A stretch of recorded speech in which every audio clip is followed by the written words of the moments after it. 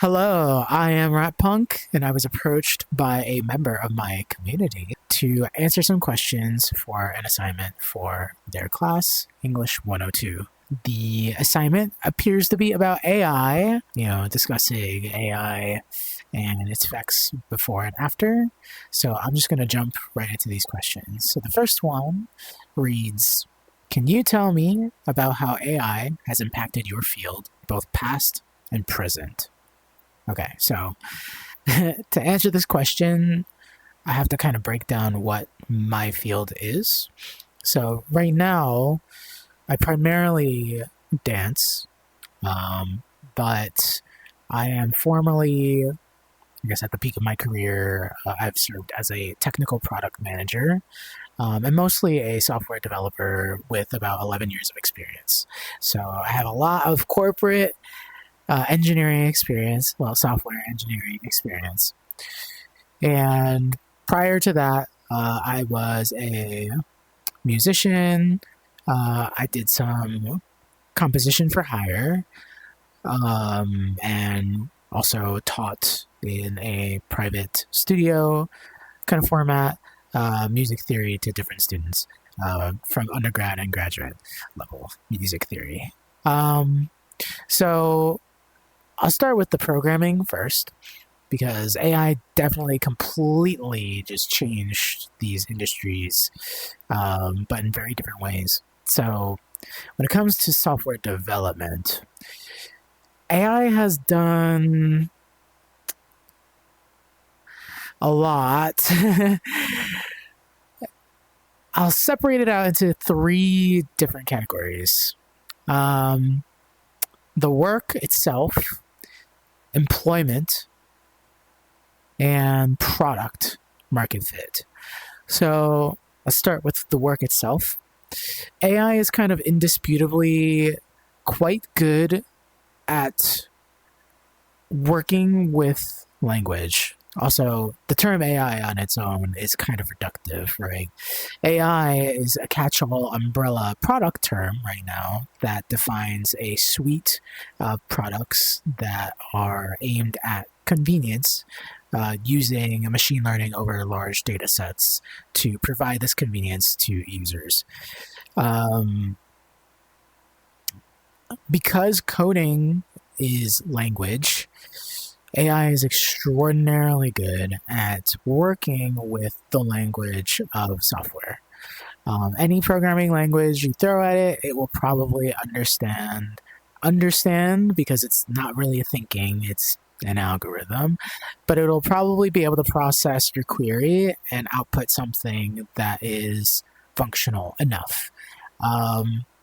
So what this has done is, for some developers, and there are colleagues of mine that also have much experience that still work in software, mostly for them, they are still the developers doing the code instead of managing and overseeing teams. They can develop things much more quickly, much more quickly. The workflow has changed from using your own knowledge to write the code directly with your own two hands and kind of work with the machine with your own knowledge of the language to create what you need to create. Now the workflow is using your knowledge of the higher level concepts and using the machine to tell you what to tell it, essentially. So you're asking, machine, AI, how would I communicate this to you or to a computer or to, a given piece of software to do this specific thing? And it will just give you an output. Whether or not that output works or not is a completely other question. And the kind of ramifications of this is, it goes straight into number two, which is employment. There is an expectation that because more senior developers have a handle on the concepts and have already wrote code, they can see outputs from AI and determine whether or not those outputs will function. A more junior developer won't have that experience and thus will be a larger risk to a larger organization. So unfortunately, adoption of AI at large corporations have led to mass layoffs.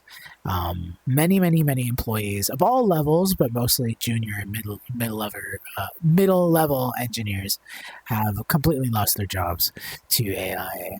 Have had their positions eliminated due to AI. Me personally, I experienced two layoffs at a large-ish corporation, where we decided to not only adopt AI internally to deliver the code, but also to form our product. And I'll get into that in a second.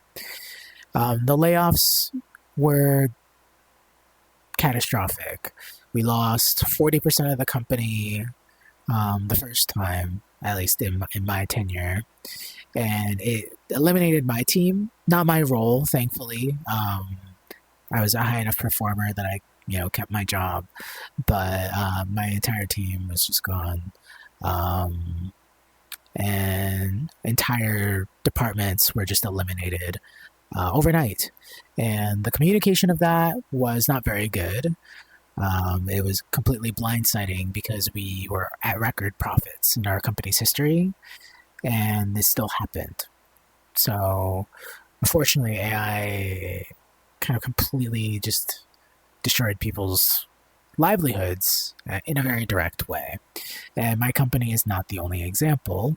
There are tons of layoffs at mega corporations, notably, Google, Meta, Amazon, where there are hundreds of thousands of employees doing this work, where their jobs were mulched essentially due to expectations from higher level executives making decisions about productivity and how AI could be a cost-cutting and cost-saving measure to not only increase productivity but eliminate the need for superfluous employees such as junior and middle-level engineers. Of course, now there's discussion about whether or not that is actually the case. Because AI outputs are not necessarily reliable, because it's not really thinking, it's just outputting something that appears to work. And don't get me wrong, it does indeed work a lot of the time, but it's not necessarily the most sustainable outlook for the industry. And the third kind of category, product market fit. A lot of companies are changing their products to center around the convenience of the AI agent or the chatbot or whatever you want to call it, the thing that provides convenience to us. And my company that performed those layoffs is no different. The product we served was a very user-facing thing. And we had an employee internally create a kind of a demo project just by himself that used AI to kind of generate something for us. The executives loved it so much that overnight we became an AI company. That was our product. That was our main product. And we were completely just throwing our roadmap to the side and pursuing this full time as our product. And our investors thought it was an excellent idea. Our stock went up, I think, 20%. But down the line, and this was many years ago, it turned out the draw of our product wasn't convenience. So, unfortunately, the company ended up losing a lot of its money, and those layoffs did not bode well for productivity at the company. A lot of the AI outputs that we kind of had managed by the engineers that were left would often take down the entire infrastructure of our company because it wasn't being checked. It's a lot of just move fast, break things, and just ship as fast as possible. And those outages ended up completely destroying the company. As of, I don't want to be too specific to protect my own identity, but as of this year, that company that I work for completely collapsed and went under and was acquired by a hedge fund because it, I believe, became insolvent. So that shift to AI not only eliminated jobs for, you know, developers creating record profits for their company, but also ended up destroying the company itself. And I think within software, it is quite misguided how AI serves the average developer within a corporate system. And you'll see oftentimes a lot of different corporations shifting to AI centric models for how they should operate. Kind of most funnily that I can think of recently is, I think, an ice company. It literally sells like ice cubes. I think it's called Arctic Glacier or something. It's just a very generic name. I think they shifted to AI. They make AI ice now or something. I don't really understand. And then there was a shoe company, I don't remember the name, that also made a complete shift to being an AI first company. And the developers that help create the software that powers these corporations, AI is just kind of throwing a wrench into how we do things. It's such a new technology that makes such huge promises for productivity that we kind of neglect the human. And I think it is good to embrace new technology as readily as possible. However, I think there is a lack of caution that is leading to a lot of poor outcomes in the industry of software. And this is quite recognizable if you ask like any developer working in a corporate context. It does result in these same three things changing. Typically at any company that embraces AI. And some shops, some software shops have chosen to completely just forego using AI anything due to its unreliability, and it's expensive. It is expensive to use at a large scale at a company. It is not free. So that is the software part of my career and how AI has impacted that. When it comes to music, and notably art in general, although that is not my career at this point in time, it's slowly becoming my career again. And of course, a lot of my network is a lot of musicians and a lot of artists, like physical artists, recording artists, that sort of thing. AI right now is completely decimating the everything to do with art. It is a disaster. You have applications like Suno that create the promise of gamifying music creation to the point of, oh, you can just plug in some prompts, type in some stuff, and it'll just generate a song for you. And there's an excellent video by, let me confirm the name of this artist. Hold on.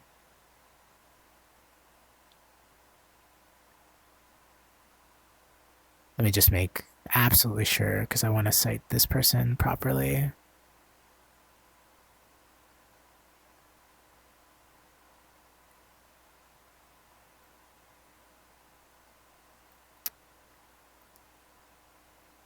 I will probably clip out this dead air, but I might not, just to keep it very... Yes, the artist Adam Neely. So Adam Neely is a bassist, jazz bassist for a long time. You know, he plays electric bass, but probably other bass instruments as well. And he created an excellent 1 hour and 30-minute video about Suno and AI music. He coined a term, narcissistic music, that I think is very much the direction of AI as we see it today. Whether or not you believe in the technology, AI gives us the promise of a second person, a mirror of ourselves that can create things that we otherwise could not. And a lot of people are buying into the idea that music creation is very inaccessible, it's very difficult, it's very time consuming. And what Suno does is you plug in a prompt and it'll generate uh, different tracks for you and then dump them into one song that you just type in and create and it's done. And some AI music has become quite popular. Right now, you see a lot of AI musicians where they will put out 30 albums in a year on Spotify, and it will trick people into thinking it's human made. But a lot of these AI musicians that produce things at scale for listening and collecting ad revenue from Spotify, YouTube, other platforms, they often steal not only the names of real musicians, but they'll often use completely fake aliases to skirt copyright liability. And Suno is no different. Suno, unfortunately, is trained on copyrighted works that were not licensed for use for this purpose to train AI and to grant this level of free development. And whether or not your beliefs on copyright are, you know, in support of whether or not anyone owns their own work. There is no ask for permission, there is no licensure, anything, and that has landed Suno in some hot water legally. In terms of the field itself, there are artists that are concerned about whether or not it's even worth pursuing art as a career, period. There's a lot of uncertainty about whether art made by humans will even exist in the next 20 or 30 years, or if everything will just be AI generated. And people are being put into bubbles where they don't even listen to other people's music. They only listen to what they AI generated for themselves. It's isolating people from the artists who create things, and I'm seeing it just result in loss of work from my artist friends, loss of opportunities, loss of funding, and it's looking quite bleak without any kind of regulation and without any kind of caution. There is also a complete shift away from using AI in any kind of workflow if you're an artist, to focusing on human made work. Right now, the hope is that work created 100% by a human will have premium value on the market because of just how much AI generated music is being produced at once right now. Like, I think right now some of the most, like, the fastest growing some of the fastest growing artists on these platforms are just AI musicians due to the volume that they're producing in quotes, because they're not really producing, they're, typing something in and it's generating something. And the ethics are a big question. It's like, is it even ethical, or is it even like art? Is it even music if it's created by a robot? And it's not really a robot. It's just data kind of being processed. Anyway, that's kind of two sides of how it's affected careers, at least in my life. I've seen mostly suffering. I haven't really seen much benefit from it, to be honest. And in my daily life, AI is part of search engines, essentially. And I do think that AI has a place in the realm of search because it is processing large amounts of data and then finding patterns in that data in order to deliver an output. And that's excellent for search. So it's essentially for that purpose. But that is a whole other conversation entirely. Okay. 2. What are your current thoughts on AI? What are your current thoughts on AI? It's a complicated question. The technology, obviously, it's here to stay. It's way too useful, and honestly, these algorithms have existed for a while. Like the research has been being done for a while on machine learning in general. So it's not anything new, but commercial AI products are completely different than the technology of what is machine learning, right? So machine learning and machine learning algorithms that help us process large amounts of data are incredibly useful. There's way too much data that exists on the planet right now for us to expect humans to sift through it like manually. It's just not possible. Think of complicated systems like YouTube's Content ID. It's impossible for for the expectation for individual employees to review every single video for potentially copyrighted works. It's just not possible. There are, I think, trillions of videos uploaded on YouTube, and I think something like millions of videos uploaded every day, if not billions. It's some egregious number. Let me, in fact, look this up really quick so I'm not citing something incorrect. How many YouTube videos uploaded per day? 20 million videos are uploaded per day on YouTube, according to blog.youtube/press, YouTube for Press. On average, there are over 20 million videos uploaded daily to YouTube. So if you go to blog.youtube/press, you'll be able to find that citation. That's an insane amount of videos per day. You would need at least 100,000 employees just to watch all of them and make sure that there's no inappropriate content, like content that is extreme or needs to be removed from the platform or has certain copyright concerns. It's just not possible with data at that scale. It's not possible. So machine learning is excellent for things like processing extreme amounts of data. It's also extremely good at processing language. So I think machine learning for translation is a very complicated topic because human translators are needed for context, historical accuracy, etymology, and a whole swath of other things. However, machine learning could be a tool, unfortunately not so much right now, but could be a tool for things like automatic translation. There are already systems in the platform that I'm using right now, vrchat, that take your speech and convert that into text input, which then automatically translates it into another language and then puts that above your head without you having to do anything.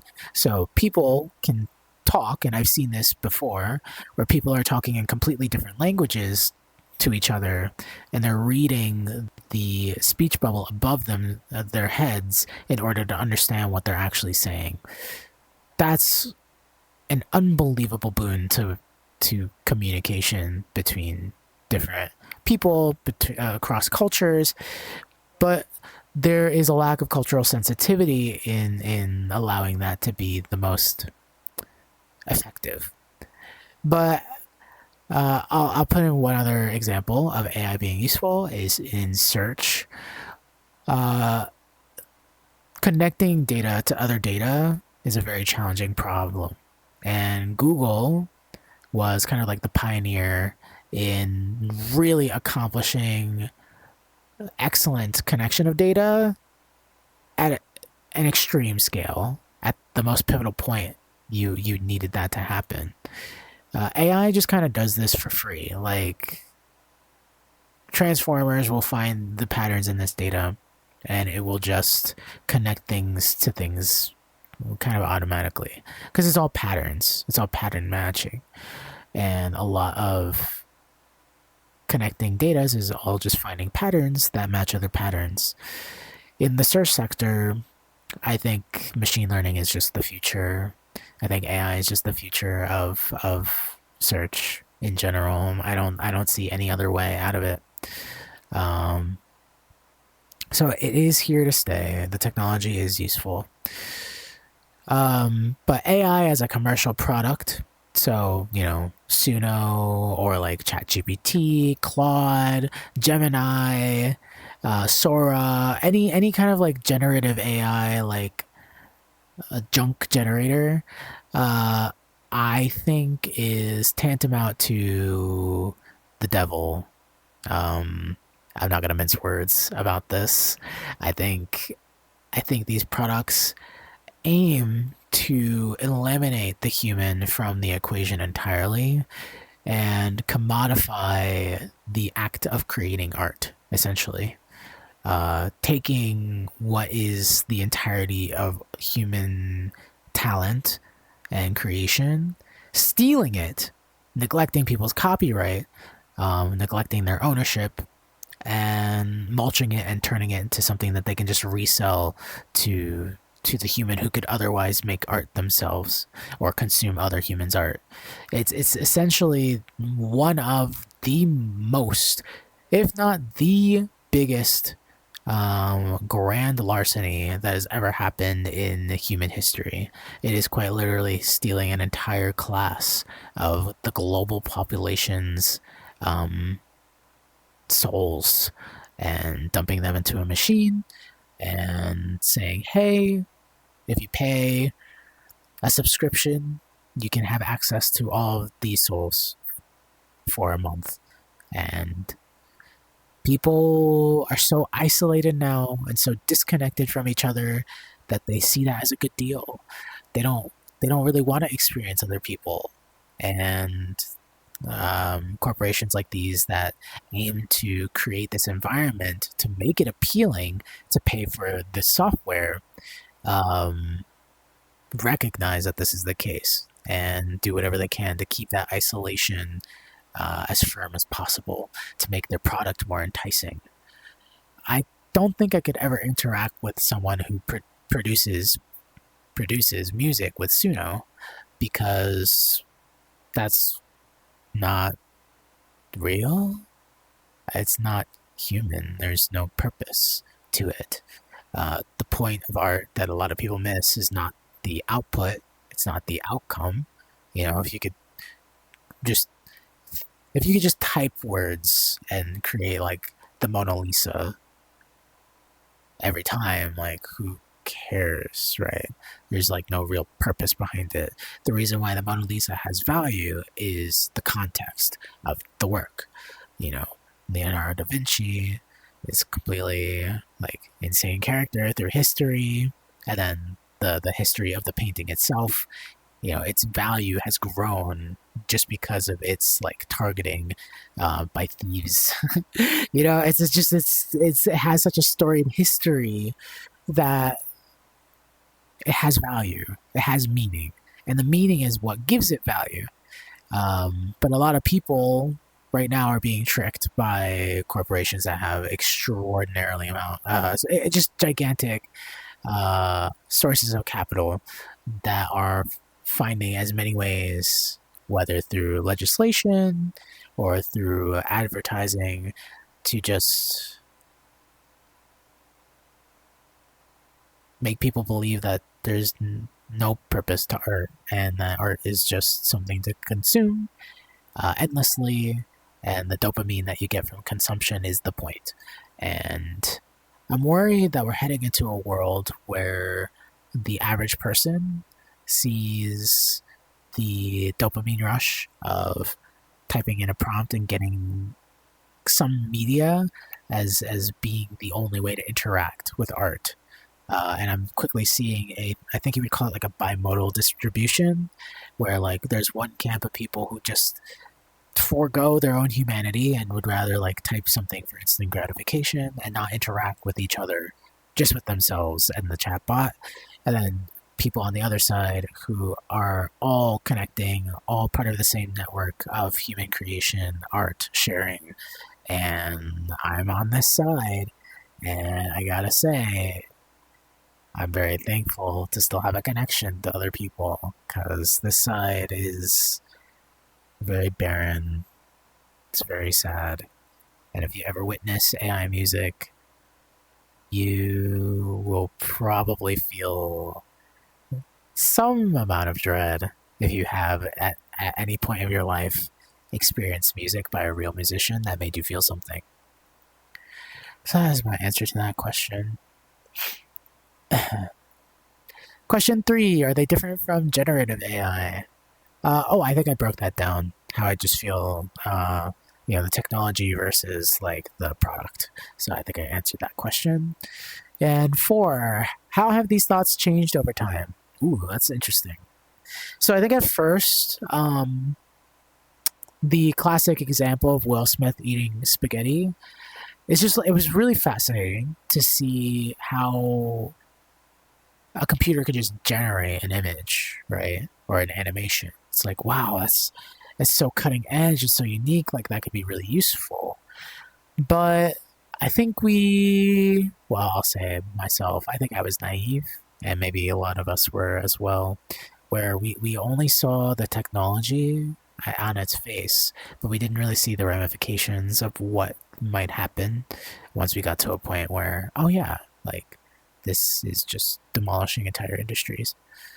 And not for any good reason either, because a lot of these companies that are making these shifts are going under. But I think at first, I kind of was like, oh wow, like this is really cool. And generative AI and connecting data and search, like that's not the only thing. There's like computer vision, so like having a machine like a camera see a scene and be able to like categorize what it sees. There are a lot of really useful applications for that. I think we use it in apple orchards, at least some of them, where like machines quite literally sort apples from usable and not usable based on machine learning, and that's useful. But now we see that same technology used for mass surveillance in China, and for operations in war and drone warfare. It's just the ramifications are just too great and too anti-human. It's not something that feels synergistic. And my position on it has shifted from this is useful to this is evil.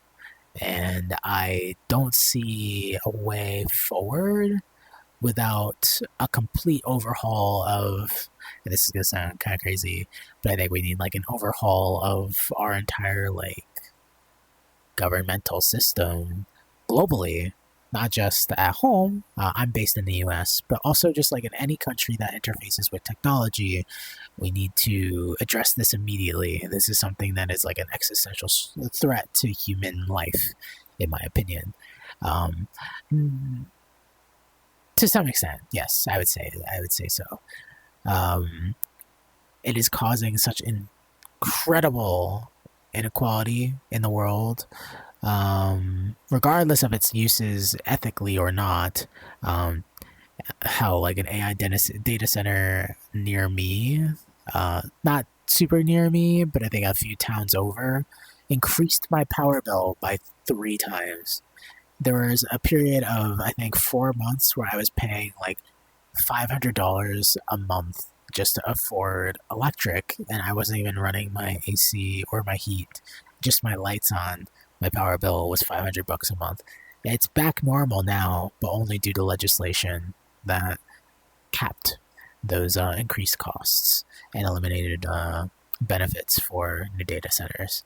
There are so many cases of that are just being undersung right now because there's too much happening at once that it's impossible to say, oh, this and this and this and this and this terrible thing is happening due to AI. It's just not possible to keep up with that on a broader scale. It's definitely something we have to handle locally, and I'm uncertain if we can adapt fast enough to survive this AI bubble of sorts. But I'm hopeful. I remain hopeful. Um, yeah, so that's my shift from, wow, this could be useful, to this middling part where, oh, like it could be useful in some ways, but like I don't think generative AI is good, to I think it's evil right now, and I think there's no conversation about sustainability that we can have until we address the evil in the room. So that is my feeling on that. I'll leave with some closing words. I'll say AI as a tool has the potential to be something amazing for humanity. There are so many applications that it could be used in medicine, in aiding people with disabilities, in accessibility, interface design, usability, anything that is like pro-human or for humans. Unfortunately, that's not profitable. And what's profitable is what's driving this consumerist push for, AI consumption and generative AI slop, as it's often called. I would like to see a future, a green future where we can coexist with this technology in a way that serves us and does what it's promised to do, where, we could have machines handle all of our dirty work for us and leave us free to frolic and just experience the world and create art endlessly. But there are a select few individuals that own the world, essentially, and most of the world's money. And I think we're heading into a world where those people might win. And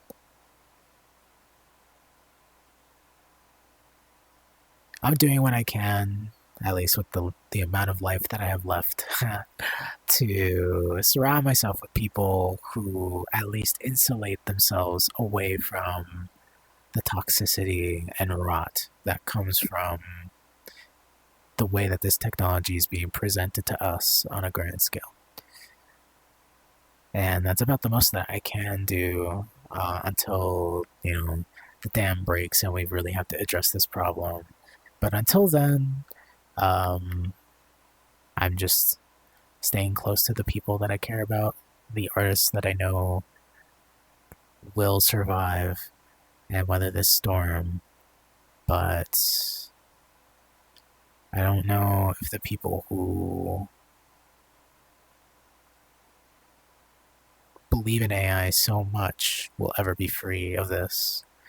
I will conclude with just one example.